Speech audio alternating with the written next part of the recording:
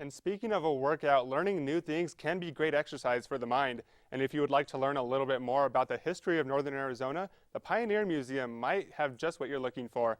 The building, which sits near Coconino Center for the Arts, houses a treasure trove of Northern Arizona history. David Pearson went to the museum to tell us more about the building itself and why it might be a nice place to take a stroll on a summer afternoon. In 1891, when Coconino became a county, one of the requirements was to support those who could not afford health care in the area. J.F. Hawk set aside the back half of his hotel as the original county hospital. However, due to its location and the increasing need for care, the hospital was moved to this building in 1908.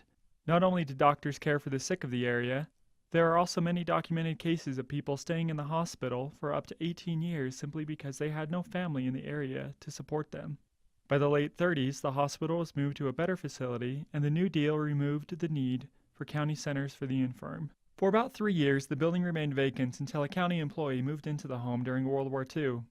This family remained the caretakers of the building for about 10 years. After they left, a variety of other occupants lived in the building for a few years until the Arizona Historical Society purchased the home to preserve it as the Pioneer Museum. Museum curator Joe Meehan says there are many projects in the works for the museum that will further preserve the history of Northern Arizona. These projects include the reconstruction of an old cabin found a few miles away from the museum and erecting a blacksmith shop for demonstrations. Meehan recognizes the need to look at the Pioneer Museum as a historical site itself as well as the history preserved in it through its exhibits. For today's History Minute, I'm David Pearson.